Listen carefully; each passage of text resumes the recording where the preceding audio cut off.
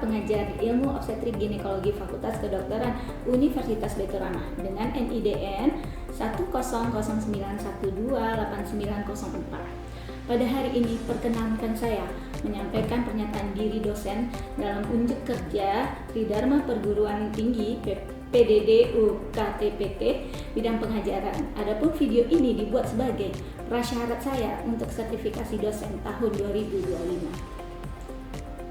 Sebagai staf pengajar di ilmu bagian obstetrik ginekologi Fakultas Kedokteran Universitas Baitur Rahmah, saya terlibat dalam berbagai pengajaran di prodi pendidikan dokter. Saya terlibat di berbagai modul pembelajaran, yaitu modul sistem urologi dan reproduksi di semester 3, gangguan obstetrik ginekologi di semester 4, dan juga saya terlibat di modul keterampilan klinik dasar 4 dan juga sebagai fasilitator pada tutorial semester 5 dan 6. Pada kesempatan ini, saya akan menjelaskan beberapa metode pembelajaran yang dilaksanakan di FK Unbra, meliputi kuliah pakar terintegrasi, diskusi tutorial dan juga pleno, dan juga ada skills lab, keterampilan klinik. Nah, berikut adalah beberapa deskripsi mata kuliah yang saya ampu di semester ini, yaitu di modul gangguan obstetrik ginekologi dan juga modul keterampilan dasar klinik 4. Nah, pada modul gangguan obstetrik ginekologi, metode pembelajaran yang saya gunakan adalah integrated learning, yaitu penyampaian materi melalui ceramah ataupun kuliah pakar yang terintegrasi, dan metode tutorial serta diskusi kelompok yang nantinya akan dilanjutkan dengan pleno dan juga belajar mandiri.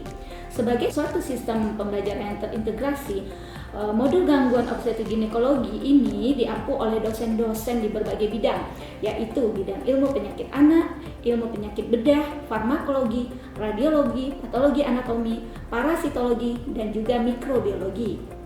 Adapun capaian pembelajaran yang saya harapkan adalah mahasiswa saya nanti mampu menjelaskan tentang etiopatogenesis, gejala klinik, tata laksana, diagnosis, tata laksana maupun farmako dan juga non farmakologi, surgikal, dan juga edukasi penyakit tentang gangguan obstetrik ginekologi, yaitu mengenai tentang kehamilan resiko tinggi, persalinan resiko tinggi, kegawat daruratan di bidang obstetrik, permasalahan nifas, infeksi gangguan reproduksi, dan juga geriatri reproduksi.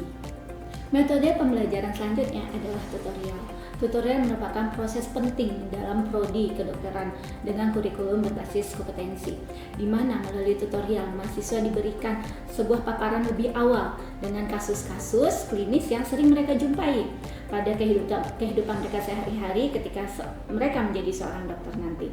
Nah, dari sebuah trigger tersebut akan membuat sebuah alur. Nah, dari alur tersebut kita akan membentuk 7 jam. Nah, 7 jam ini terdiri dari problem based learning, di mana mahasiswa itu dibagi menjadi beberapa kelompok diskusi. Nah, masing-masing kelompok itu akan diberikan pembahasan. Nah, dari pembahasan itu mahasiswa tersebut akan dibagi juga menjadi ada ketuanya, ada sekretaris, dan juga ada anggota. Nah, proses tutorial ini berlangsung 2 sesi, di mana sesi pertama kita akan melakukan 1 sampai 5 step dari 7 step tersebut. Nah, step ke-6 mahasiswa akan mencari sendiri, belajar mandiri. Nah, nanti di sesi kedua barulah kita laksanakan step 7, step yang terakhir. Nah, step 7 ini mahasiswa kita harap saling berdiskusi. Nah, pada tutorial ini kita akan menampilkan sebuah trigger diskusi, biasanya sebuah kasus yang menarik. Mahasiswa itu akan berdiskusi, memahami dan menyelesaikan trigger tersebut sesuai dengan urutan 7 step tersebut. Nah, sebagai fasilitator, saya bertugas untuk menjaga proses jalannya diskusi. Saya akan melihat mahasiswa, menilai keaktifan dari mahasiswa tersebut, bagaimana dia menyampaikan pendapat, sehingga apabila ada mahasiswa yang kurang aktif dan berbeda aktifnya, itu saya bisa melakukan penilaian yang juga berbeda. Nah, setelah itu saya akan menilai dari keaktifan, kemampuan berpikir kritisnya, lalu saya akan melihat juga sifat atau sikap efektif mahasiswa tersebut dalam keaktifan di tutorial atau diskusi tersebut. Nah, saya juga akan menilai jalannya diskusi atau tutorial tersebut dalam sebuah lembar penilaian objektif. Nah, lembar ini untuk menyamakan persepsi atau menyamakan penilaian diskusi tersebut. Nah, pada akhir minggu seluruh kelompok nanti akan berdiskusi bersama. Itulah yang kita sebut sebagai pleno. Di mana di pleno ini kita akan menentukan satu hari untuk diskusi bersama. Nah, di diskusi pleno ini kita akan mendatangkan narasumber yang nantinya akan menjawab pertanyaan-pertanyaan mahasiswa yang belum terjawab saat tutorial tersebut. Di pleno inilah kita bisa menyamakan persepsi kita tentang sebuah kasus yang ada di trigger saat tutorial tersebut. Nah, metode pembelajaran selanjutnya adalah skills lab atau keterampilan klinis. Nah, sebagai pengampu sekaligus penyumbang penyusun RPS di keterampilan klinik dasar 4, metode skills lab mahasiswa ini dibagi menjadi beberapa kelompok, di mana satu kelompok itu terdiri dari 10-15 orang. Mahasiswa akan dipaparkan dengan keterampilan klinis sejak dia masih preklinik. Jadi sejak dini dia akan dipaparkan. Nah, mahasiswa itu akan dikondisikan dia sebagai seorang dokter yang akan melakukan pemeriksaan, yang akan berkontak atau melakukan komunikasi yang efektif dengan seorang pasien. Nah, pasien ini bisa berupa temannya, manikin peraga, ataupun dengan pasien standar. Nah, pada modul ini saya terlibat dengan 2 kali pertemuan untuk skills lab, di mana pertemuan pertama itu saya akan membahas tentang bagaimana caranya menganamnesis atau konseling masalah tentang anemia dalam kehamilan, HIV dalam kehamilan. Pada pertemuan kedua saya akan melakukan pembahasan tentang bagaimana melakukan pemeriksaan ginekologi dan juga pemeriksaan pap smear dan IVA test yang benar. Nah, pada saat skills lab ini, pada saat sesi pertama itu pertemuan saya dan mahasiswa, saya akan memaparkan tata caranya. Saya akan memaparkan tata caranya dan meminta mahasiswa juga menirukan dan atau mencontohkan seperti yang saya paparkan. Nah, setelah itu pertemuan berikutnya itu terdiri dari ujian. Nah, di sesi ujian ini saya akan menilai kemampuan mahasiswa yang sudah saya ajarkan di sesi berikutnya, di sesi sebelumnya. Nah, jadi pada saat sesi kedua mahasiswa ujian itu sudah dengan penilaian dari materi dari sesi sebelumnya. Nah, di situ saya akan menggunakan daftar tilik yang sudah disediakan oleh Prodi Universitas Baitur Rahmah. Nah, dari berbagai metode pembelajaran yang disebutkan, ada beberapa metode penilaian mahasiswa yang kita gunakan, yaitu penilaian secara sumatif. Penilaian pertama ujian adalah dalam bentuk MCQ, di mana MCQ ini mahasiswa disuruh untuk menjawab dalam bentuk soal skenario klinis. Nah, untuk pencapaian tujuan pembelajaran ini bernilai bobot 70%. Nah, penilaian kedua itu adalah penilaian sumatif dan formatif dalam bentuk proses tutorial, di mana di sini berbobot sebanyak 20%. Dan yang terakhir atau yang ketiga itu adalah penilaian sumatif dan formatif dalam bentuk praktikum. Nah, itu kita nilai dalam bobot 10%. Nah, untuk asesmen keterampilan klinis ataupun skills lab itu kita juga menilai dalam penilaian sumatif dengan daftar tilik yang sudah disediakan atau disusun rapi oleh Prodi, sehingga proses penilaian dapat berjalan secara objektif dan tidak ada penilaian secara subjektif di skills lab ini. Baiklah, sekian paparan dari saya.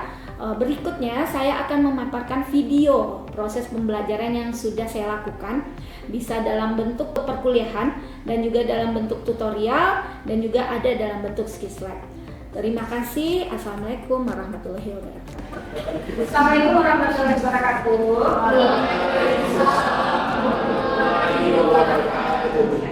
Baiklah adik-adik semua, selamat siang Ibu ucapkan. Nah, mungkin di kesempatan ini Ibu perkenalan diri dulu ya. Mungkin ada beberapa yang sudah pernah ketemu sama Ibu ya di skills lab, tutorial maupun di kegiatan lain ya. Tapi Ibu akan perkenalkan lagi diri Ibu ya. Nama Ibu Dr. Pina Della Fikita SPOG, panggilan Dr. Della. dimana itu adalah ketua modul lain juga di untuk sistem reproduksi ya, modul sistem reproduksi. Nah, untuk pada siang hari ini kebetulan ini adalah pembahasan untuk bahan kuliah dulu ya, bahan kuliah yang diberikan, dimana judulnya adalah tentang kegawat daruratan obstetrik ya. Mungkin sebelumnya kalian sudah mendapatkan juga kuliah ya kan dari dosen yang sebelumnya mungkin tentang fisiologi ya. Dimana fisiologi ini biasanya itu dibahasnya di semester sebelum ini. Nah, jadi untuk modul itu memang untuk khusus gangguan ya, bukan fisiologi lain. Jadi yang diharapkan kalian untuk fisiologi itu sudah paham ya. Nah, jadi di modul ini yang kita bahas adalah tentang gangguan-gangguannya atau permasalahannya. Kegawat daruratan obstetrik itu sebenarnya banyak sekali ya. Salah satunya adalah tentang perdarahan. Kenapa dibahas perdarahan di kegawat daruratan? Karena perdarahan masih menjadi penyebab kematian ibu sampai saat ini. Ya, nah jadi pembahasan tentang perdarahan dalam kehamilan itu sangat penting untuk kalian sebagai dokter umum. Kenapa? Karena perdarahan itu datang ke IGD itu kalian harus tata laksana dulu awal. Nah, mungkin nggak sampai tata laksana akhir, tapi di tata laksana awal itu adalah kompetensi kalian sebagai dokter umum. Jadi perdarahan itu terbagi juga ya adik-adik ya. Perdarahan itu tidak cuma satu, maksudnya perdarahan dalam kehamilan bukan seperti itu. Jadi dalam gangguan reproduksi kita ada mendengar tentang perdarahan sebelum melahirkan, perdarahan setelah melahirkan. Nah, kalau kita istilahnya dalam medis ya, kita menyebutnya HAP dan juga HPP. Apa itu HAP? Apa itu HPP? HAP adalah hemoragik antepartum. Jadi dia sebelum dia melahirkan dia mengalami perdarahan, sebelum bayi lahir. Tapi kalau HPP hemoragik postpartum. Jadi setelah dia melahirkan baru muncul ada perdarahan. Nah, kalau bayi sudah lahir, dia perdarahan itu bukan hemoragik antepartum lagi, tapi hemoragik postpartum. Nah, penyebab kalau HAP ini apa? Nah, 3 penyebab utama untuk hemoragik antepartum. Yang tersering, yang pertama itu apa? Placenta previa. Yang kedua, solusio placenta. Yang ketiga, ini terjadi tapi jarang ya, yang kita sebut sebagai fasa previa. Ya, jadi ada 3 nih penyakit yang bisa menyebabkan hemoragik antepartum. Jadi kalau untuk kasus-kasus kegawatan obstetrik sebenarnya inti dasarnya itu sama, primary survey. Ya, primary survey itu wajib harus kalian pahami dan bisa kalian aplikasikan. Ya, paham? Oke. Nah, untuk pembahasan bahan itu kayaknya sudah semua. Apa ada pertanyaan dari kalian? Nah, ini sekarang kita feedback nih. Mau tanya jawab. Nah, jadi kalau ada pertanyaan mohon disampaikan secara. Ya, sepertinya Pak mau bertanya. Ada kelas. Ini kan jika pemeriksaan dan seperti ABPH terus juga dan itu dan yang lainnya itu mungkin kami sebagai nanti dokter umum sampai mana kami bisa menindaklanjuti dari kasus tersebut. Oke, nah nanti kalau sudah sampai ke spesialis, nanti spesialis akan nilai lagi. Ternyata KBI-nya nggak berhasil. Nah, barulah kita sebagai spesialis khususnya seperti saya ya, obstetrik, SPOD, kami akan melakukan mungkin tindakan operatif. Nah, itu ada operatif di sana.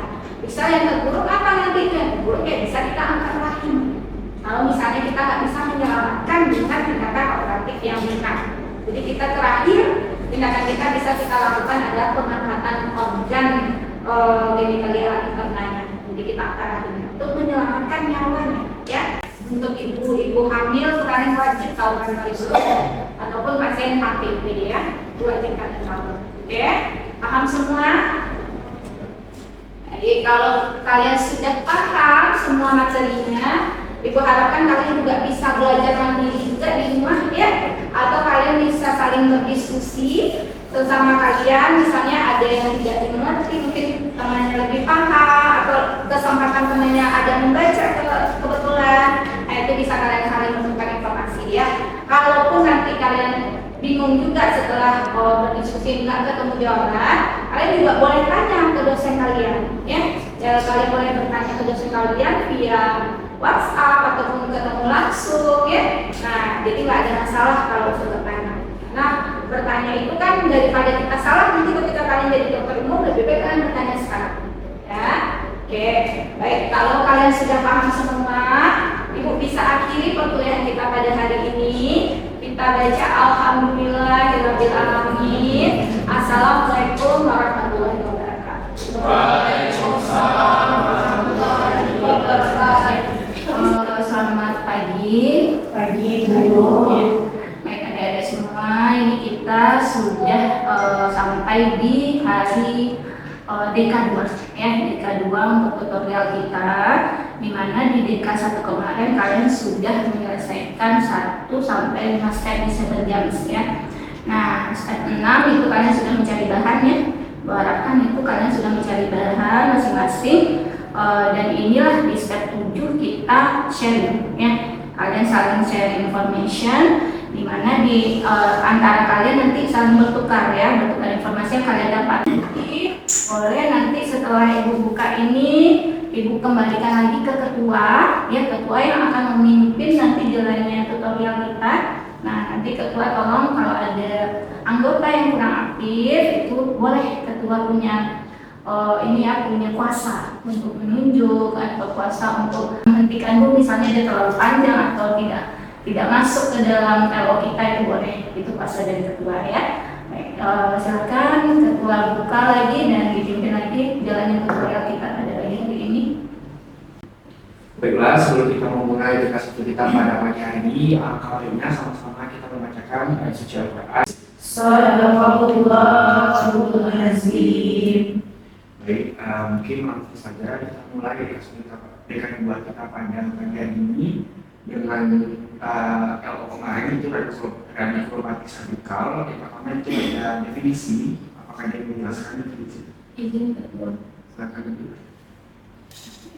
Radikulopati atau gangguan pada radix merupakan salah satu penyebabnya di leher dan punggung bawah dan merupakan rujukan terbanyak ke laboratorium elektrodiagnosis.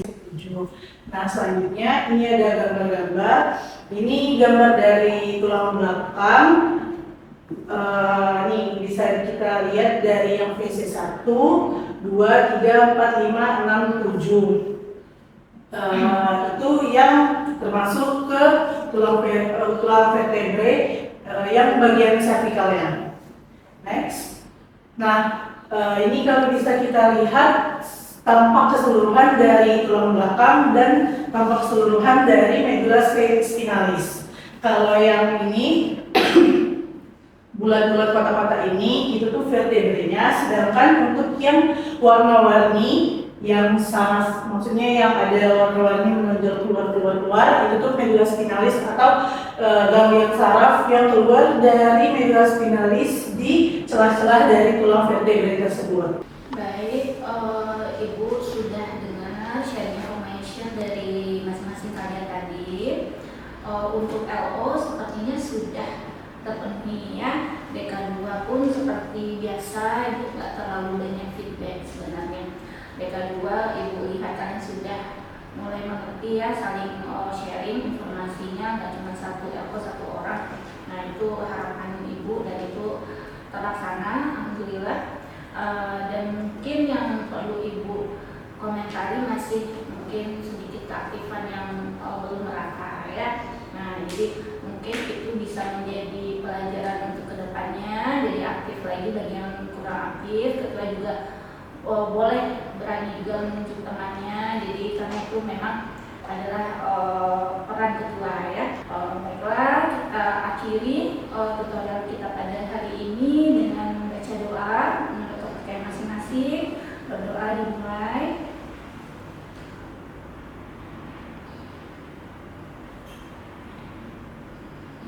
Selesai, kita akhiri tutorial kita dengan membaca Alhamdulillahirabbil alamin. Assalamualaikum warahmatullahi wabarakatuh. Waalaikumsalam warahmatullahi wabarakatuh. Assalamualaikum warahmatullahi wabarakatuh. Waalaikumsalam warahmatullahi wabarakatuh. Baik adik-adik semua, pada hari ini Ibu selaku dosen akan memberikan keterampilan siswa untuk kalian di modul keterampilan klinik ya. Khususnya hari ini kita akan belajar ya tentang pemasangan ID seperti yang memang harus dikuasai oleh kalian di semester ini ya. Jadi di semester ini kalian memang diharuskan untuk menguasai untuk keterampilan pemasangan IUD, pap smear ya. Jadi nanti akan Ibu ajarkan tata caranya, Ibu kenalkan dulu cara-caranya. Nah nanti salah satu dari kalian Ibu harapkan bisa mempraktekkan juga. Nah jadi adik-adik, karena Ibu jelaskan dulu ya alat-alatnya. Boleh sambil duduk, mungkin bisa kelihatan juga ya. Nah pada pagi ini kita akan melakukan pemeriksaan tata cara pemeriksaan pap smear dan juga IVA test ya. Kita tentu saja butuh alat-alat untuk pemeriksaan pasiennya. Apa aja yang kita butuhkan? Kita butuh namanya duk ya, duk steril. Kita butuh namanya cecak bebek. Nah ini kalau adik-adik baru pertama kali lihat ya, ini namanya cecak bebek ya. Cecak bebek ini untuk melihat bagian vagina atau kemaluan di bagian dalam. Nah jadi kita bisa lihat ke dalam dengan menggunakan cecak bebek ini. Nah apalagi yang kita butuhkan? Nah kalau untuk pap smear dan IVA test tentu kita butuh alatnya. Nah alat untuk pengambilan spesimen atau pengambilan contohnya. Nah jadi apa aja tuh Bu? Nah ini tuh ada namanya spatula aire ya. Spatula aire itu dia yang seperti ini, ada tonjolannya, ini namanya aire ya. Terus ada namanya sitobras. Nah mungkin bisa kalian gampang hafalnya, dia beras ya, jadi dia sitobras. Terus ada juga lidi kapas. Nah ini bentuk IVA test ya, paham ya? Nah dikotomi itu apa? Kalau bahasa kita tuh seperti posisi orang melahirkan, kaki ditekuk ke atas ya. Nah seperti itu. Kalau bahasanya mungkin awalnya seperti posisi mengangkat. Nah tapi bahasa kedokterannya itu dikotomi. Kita lakukan dulu tindakan aseptik namanya ya, aseptik dan antiseptik. Maksudnya apa? Kita lakukan pembersihan kepada vaginanya. Pembersihan itu dengan menggunakan kapas alkohol. Jadi kapas alkohol itu kita arahkan dari atas ke bawah. Selalu itu arahnya ya, tidak boleh dibawa ke atas karena itu bisa memindahkan kuman dari anus ke vagina ya. Jadi dari atas ke bawah pakai kapas ya. Setelah kita lakukan pembersihan, ini kita letakkan pada tempat kotor, kita letakkan duk steril ya, duk steril di posisi yang akan kita pegang. Nah jadi ini duk steril kita taruh di bawah panggul pasien. Kita pasien agak naikkan panggulnya, nah dihimpit istilahnya ya. Nah ini boleh dipegang, tapi area luar tidak boleh karena ini steril, boleh dipegang. Paham? Nah setelah itu baru kita masukkan cecak bebeknya. Nah, ini cara pemasangan cecak bebek. Ini yang akan Ibu praktekkan dan Ibu minta kalian contohkan nanti ya. Pemasangan cecak bebek itu C. Jadi jari kita itu seperti huruf C ya. Dipegang mulutnya. Nah, dalam keadaan terkunci, tertutup bukan terkunci tapi kuncinya dibuka ya.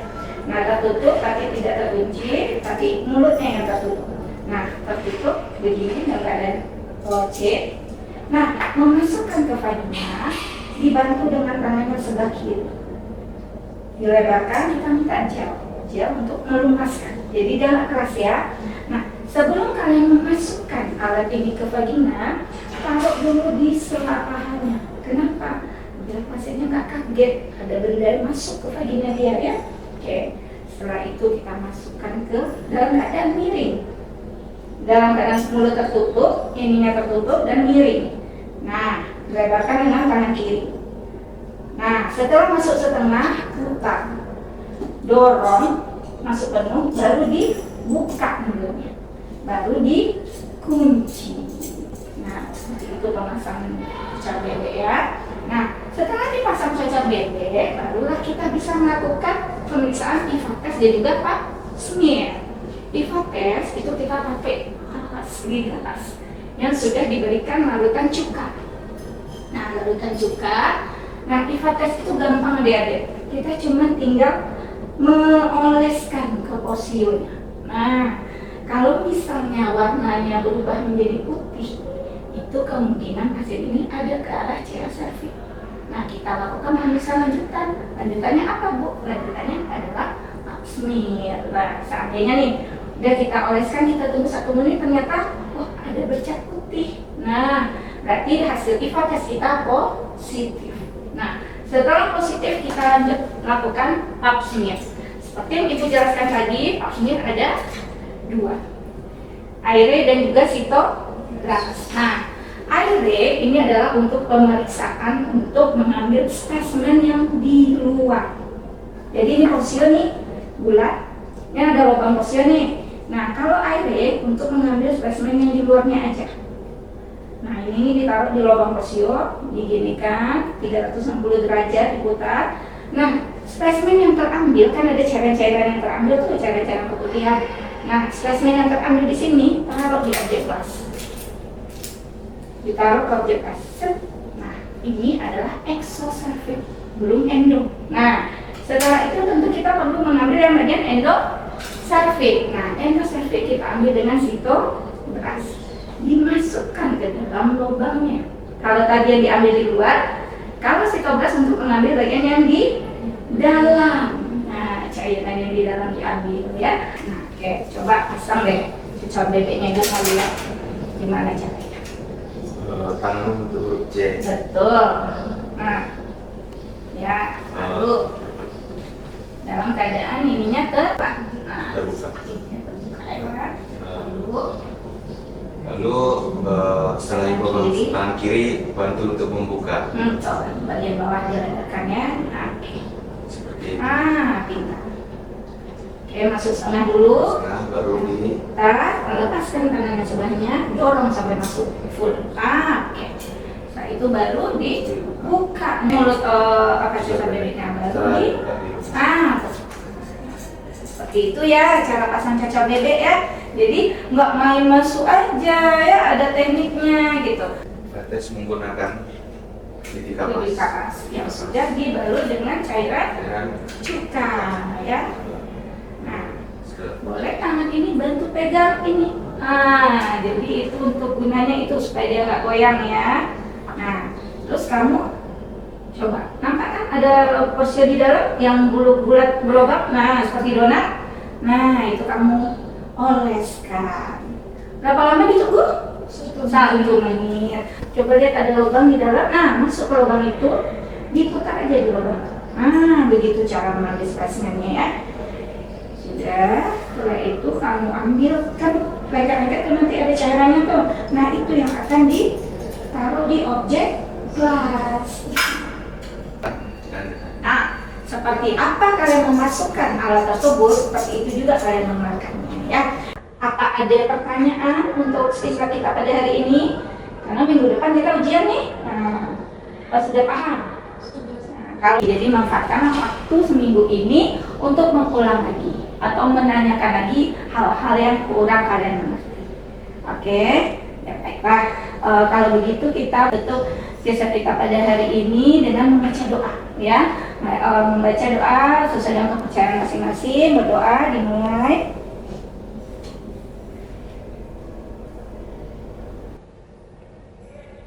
Doa selesai. Mudah-mudahan ilmu yang Ibu berikan pada hari ini bermanfaat untuk kalian semua dan bisa kalian aplikasikan nantinya sampai kalian jadi dokter, bahkan nanti kalian menjadi spesialis. Insya Allah nanti ya, mungkin ada yang pengen aujin juga ya. Mudah-mudahan bisa kalian pelajari dan kalian manfaatkan. Baik, di akhir kata Ibu ucapkan banyak terima kasih. Alhamdulillahirabbil alamin. Assalamualaikum warahmatullahi wabarakatuh. Waalaikumsalam warahmatullahi wabarakatuh.